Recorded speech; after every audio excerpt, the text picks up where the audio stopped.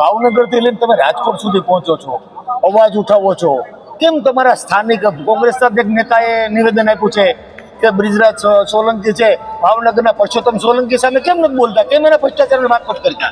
બ્રિજરાજ સોલંકી ગુજરાત પ્રદેશ યુવા અધ્યક્ષના પ્રમુખ છે. હું ગુજરાતના કોઈ પણ ગામમાં જઈ શકું છું, ખૂણે ખાંચરે ગલી મોહલ્લામાં ગમે. ભાવનગર જઈને નથી બોલતા. ભાવનગરમાં પણ જીતુ વાઘાણી હોય, કોઈ પણ હોય, એમની ઉપર મેં પ્રહારો કર્યા છે. સમાજની જ્યારે વાત આવે ત્યારે પુરુષોત્તમભાઈ સોલંકી અમારા વડીલ છે, કોળી સમાજના વરિષ્ઠ આગેવાન છે. પુરુષોત્તમભાઈ સોલંકીની જ્યારે વાત, કુંવરજીભાઈ વડીલ નથી, કુંવરજીભાઈ બાવળિયા પણ વડીલ છે, પણ જે રીતના 92 જણા નિર્દોષ ઉપર જે 307ના કેસો કર્યા છે, અત્યારે કુંવરજીભાઈ બાવળિયા છે એ સરકારમાં કોળી સમાજનું પ્રતિનિધિત્વ કરે છે.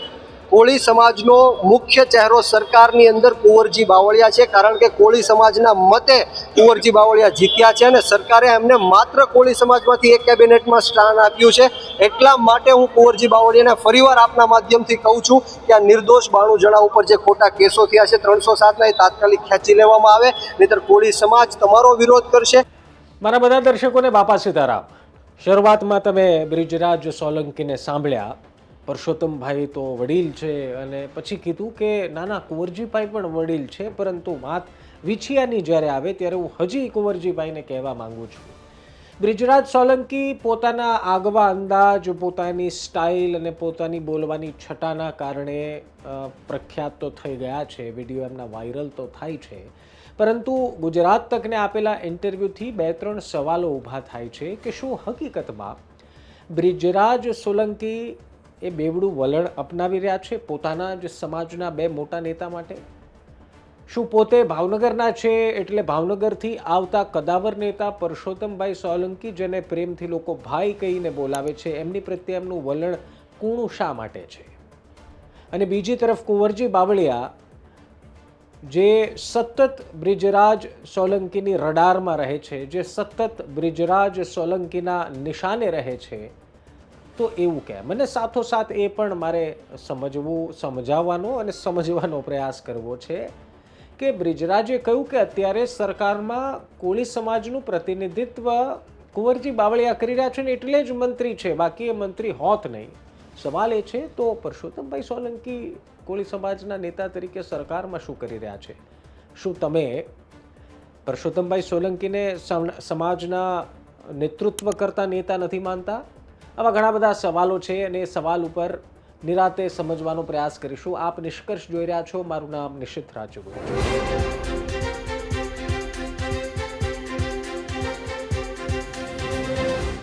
સૌથી પહેલાં મારા બધા ભાઈ બંધુઓને, જો હજુ સુધી ગુજરાત તક સબસ્ક્રાઈબ ન કર્યું હોય તો પહેલાં કરી લો ભાઈ.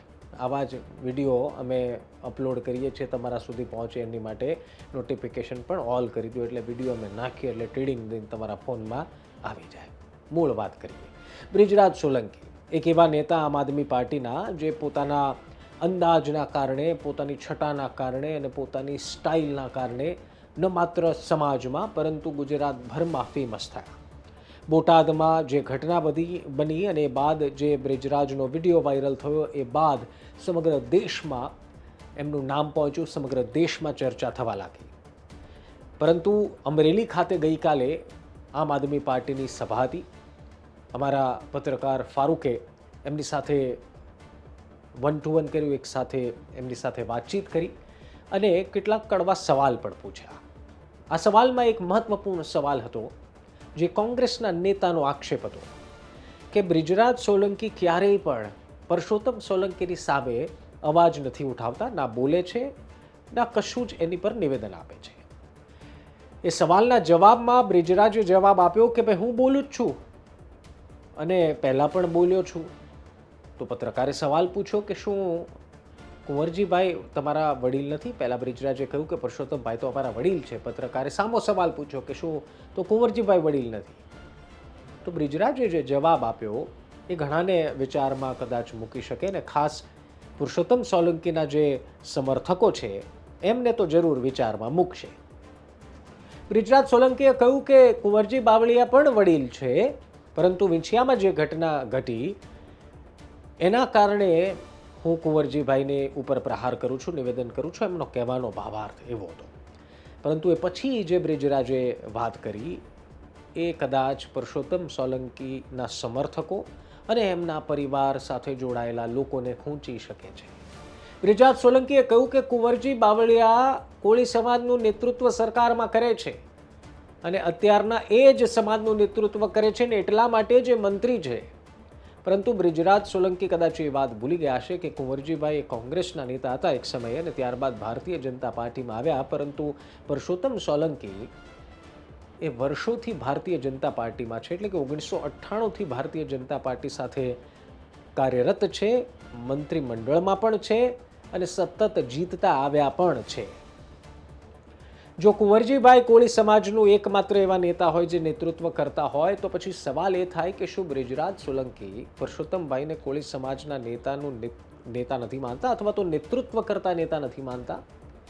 કારણ કે કુંવરજીભાઈ તો કદાચ છેલ્લા થોડા ઘણા વર્ષોથી મંત્રી છે અને ભારતીય જનતા પાર્ટીમાં જોડાયા છે, પરંતુ પરસોત્તમ સોલંકી તો છેલ્લા 3 દાયકાથી ભારતીય જનતા પાર્ટીમાં છે અને કોળી સમાજનું નેતૃત્વ કરે છે ને એટલા માટે જ ભારતીય જનતા પાર્ટી એમને બદલવાની કે હટાવવાની કે એમનો વિકલ્પ શોધવાનો વિચાર સુદ્ધા નથી કરી શકતી. અને એ જ સ્થિતિ આખા ભાવનગર જિલ્લાના પટ્ટા પર છે, જ્યાં તમે જુઓ મહુવા પણ છે, તળાજા પણ છે અને છેક રાજુલા, જ્યાં પરસોત્તમ સોલંકીના ભાઈ હીરા સોલંકી પણ ત્યાં જીત્યા છે અને ત્યાંના ધારાસભ્ય છે. કહેવાનો મતલબ એ છે કે શું બ્રિજરાજ સોલંકી એ બચાવ કરી રહ્યા છે? ખુદની રાજનીતિમાં કોઈ અડચણ ઊભું ન થાય, ભાવનગરમાં ખુદ ખરાબ ન લાગે સમાજમાં, એટલા માટે બચી રહ્યા છે? પરંતુ અહીંયા હું એક ચોખવટ કરી દઉં કે અમે આ સવાલ બ્રિજરાજને એટલા માટે નથી પૂછી રહ્યા કે પુરુષોત્તમ સોલંકી સામે નથી બોલી રહ્યા. અમે એટલા માટે પૂછી રહ્યા છીએ કારણ કે પુરુષોત્તમ સોલંકીનો જ્યારે સવાલ આવે ત્યારે બચી જાય અને જેવું કુંવરજી બાવળિયાનો સવાલ આવે તો એ તરત આક્રમક થઈ જાય. તો શું એ વાતને નક્કી માનવી કે બ્રિજરાજ જસદણથી જ ચૂંટણી લડવાના પ્રયાસ કરે છે ને એટલે જ કુંવરજીભાઈનો વિરોધ કરે છે? હવે બ્રિજરાજની દ્રષ્ટિકોણથી વડીલ તો બંને નેતા છે, પરંતુ કદાચ એવું પણ મનમાં હોય કે આપણે જ્યાંથી આવ્યા છીએ અને જે સમાજમાં જે નેતાને માંધાતા તરીકે ઓળખાય છે એવા પુરુષોત્તમ સોલંકીનો વિરોધ કરી આપણે રાજકીય નુકસાન ન કરાય. આપણે તો ત્યાં બોલવું જોઈએ જ્યાંથી આપણે લડવાના વિચાર રાખતા હોઈએ. પરંતુ ખેર એ તો એમનો વ્યક્તિગત સવાલ છે. જોડે જોડે એક વાત હું એ પણ ઉમેરી દઉં કે બ્રિજરાજની એ વાત જરૂર સાચી છે કે બોલે છે ને બોલ્યા છે. બોટાદની હળદળની ઘટના બાદ જ્યારે હીરા સોલંકી અને દિવ્યેશ સોલંકી બોટાદ મળવા ગયા હતા ખેડૂત પરિવારોને, એ પછી બ્રિજરાજ સોલંકીએ ખૂબ પ્રહાર કર્યા હતા અને એ ઘટનાઓ ગણાવી હતી કે ઊંચા નીચા કોટડામાં જે દમન થયું ત્યારે આ નેતાઓ કોળી સમાજના ક્યાં હતા? બ્રિજરાજે તો ત્યાં સુધી વાત કરી દીધી કે કોળી સમાજમાંથી આવતા લગભગ 40 જેટલા ધારાસભ્યો કેમ મૌન રહે છે અલગ અલગ ઘટના પર, પરંતુ એમાં કે પુરુષોત્તમ સોલંકીનું નામ ન હતું. હવે એવું પણ બને કે એ સમાજના વડીલ તરીકે એમને નામ લઈને પ્રહાર કરવા ન માંગતા હોય. જો કે બોટાદની ઘટનામાં તો દિવ્યેશભાઈ ગયા હતા એટલે કદાચ એમના પ્રહારો દિવ્યેશભાઈ પ્રત્યે એની સામે હોય અને પુરુષોત્તમભાઈ સામે ન પણ હોય. બ્રિજરાજ એ વાત પણ જાણે છે કે બધું ભાવનગર ગ્રામ્યમાં એટલે કે એમની વિધાનસભા મત વિસ્તારમાં બધું સમૂહ સુથરું છે એવું પણ નથી. ત્યાં તેમણે સભાઓ ગજવી નાખી છે એવું પણ નથી. આજ સુધી ક્યારેય ભાવનગર ગ્રામ્ય પુરુષોત્તમ સોલંકીના મત વિસ્તારમાં કોઈ વિવાદ થયો હોય એવું વિવાદ થયો જ નહીં હોય એવું તો છે નહીં. વિવાદો, ઘટનાઓ, બોલવા જેવા મુદ્દાઓ ઘણા બધા છે, પરંતુ ત્યારે બ્રિજરાજ સોલંકીના ઇન્સ્ટાગ્રામની રીલના પન્નાઓ ખાલી મળે છે. પરંતુ જેવા કુંવરજી બાવળિયા મેદાને આવે અને વિછિયાની ઘટના કોઈ યાદ કરાવે તો કુંવરજી બાવળિયા બ્રિજરાજના રડારમાં આવી જાય છે.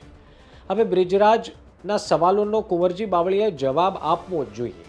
વિછિયામાં જે ઘટના થઈ એ નિંદનીય ઘટના છે અને સત્ય સામે આવવું જ જોઈએ અને વિરોધ પક્ષના નેતા તરીકે બ્રિજરાજે સવાલ પૂછવા પણ જોઈએ. પરંતુ સમાજમાંથી એક જ સમાજમાંથી આવતા બે મોટા નેતાઓ માટે અલગ અલગ વલણ. અચ્છા, એવું તો છે નહીં કે પુરુષોત્તમ સોલંકીનો ભૂતકાળમાં કશું થયું જ નથી. ફિશરીઝ મિનિસ્ટર વખતેના લાગેલા આરોપ એ કોઈ છુપાયેલી વાત નથી, ગુજરાત આખું જાણે છે. એનો તો ક્યારેય ઉલ્લેખ કરતા સાંભળ્યા નથી. કદાચ એવું પણ બને કે પારિવારિક સંબંધોના કારણે પણ સંબંધ સાચવવાના બ્રિજરાજ પ્રયાસ કરતા હોય. આ અંગે ખુલાસા કરવાની જરૂર નથી, પરંતુ સમાજે એ વાત સમજવાની જરૂર છે કે સમાજના એક જ કોળી સમાજમાંથી આવતા બે નેતા, જેમાં એક છે કુંવરજી બાવળિયા અને એક છે પુરુષોત્તમ સોલંકી, આ બંને માટે બ્રિજરાજ સોલંકીનું વલણ અલગ અલગ છે કે નહીં એ સમાજે નક્કી કરવાનું છે. અને જો નથી તો બ્રિજરાજે સમાજ સુધી એ વાત પહોંચાડવાની છે. પરંતુ ગુજરાત તકને આપેલા ઇન્ટરવ્યૂમાં એમણે કહેલી વાત કે સરકારમાં અત્યારના કોળી સમાજનું નેતૃત્વ કુંવરજી બાવળિયા જ કરે છે, તો ચોક્કસથી પુરુષોત્તમ સોલંકીના સમર્થકોને સવાલ થશે કે જો કોળી સમાજનું નેતૃત્વ માત્ર કુંવરજી બાવળિયા કરે છે, તો પછી ભારતીય જનતા પાર્ટીની આટલા લાંબા વર્ષના શાસનમાં પુરુષોત્તમ સોલંકીનું સ્થાન શું ગણવાનું? શું એમણે સમાજ માટે કાર્યો કરીને, સમાજનું નામ રોશન કરીને સરકારમાં પોતાના દમથી સ્થાન નથી મેળવ્યું?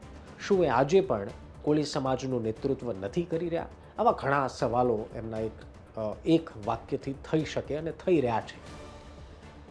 પરંતુ સમાજ અને રાજનીતિ બંને એક થઈ જાય છે જ્યારે કોઈ રાજકારણમાં એન્ટ્રી કરે છે. આ વાત સમજાવવા માટે હું તમને આ વિડીયોમાં બધી માંડીને વાત કરી.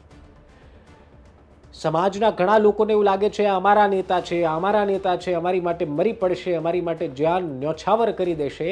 પરંતુ આ એ રાજનેતાઓ છે, હું બધા એની વાત કરું છું, જે સમાજના ખભા ઉપર પગ મૂકીને સરસ મજાની કૂણી રાજકીય સત્તાની ગાદી પર બેસી જાય છે અને પછી એ જ સમાજને ભૂલી જાય છે. અને જ્યાં સુધી ગાદી ન મળે ત્યાં સુધી એ સમાજમાં અલગ અલગ પ્રકારના વલણ અપનાવતા રહે છે. હવે બ્રિજરાજ સોલંકીની કહાની અને કિસ્સાઓ બધાને જગ જાહેર છે, લડત કેવી આપે છે બધા સૌ જાણે છે. પરંતુ જ્યારે પુરુષોત્તમ સોલંકીની વાત આવે ત્યારે તેમની જીભ અને તેમનું વલણ થોડું કૂણું પડી જાય છે. એવા કોંગ્રેસના આરોપો વચ્ચે એ સવાલ પણ પૂછાવો જરૂરી છે કે શું સમાજના બે નેતા માટે બ્રિજરાજ સોલંકીનું વલણ બે અલગ અલગ છે, કે એ પુરુષોત્તમ સોલંકીની સામે અથવા તો ભાવનગર ગ્રામ્ય એમના મત વિસ્તારમાં થતા અત્યાચારની સામે પણ બોલવા માટે એટલા જ મક્કમ છે? અને જો છે તો એમણે એમના જ સમાજને પુરવાર કરવાનું છે. તમારું શું માનવું છે કમેન્ટ બોક્સમાં જરૂર લખજો. ફરી મળીશું એક નવા વિડીયો સાથે આવતીકાલે. ત્યાં સુધી ધ્યાન રાખો, મજા કરો. બાબા સીતારામ.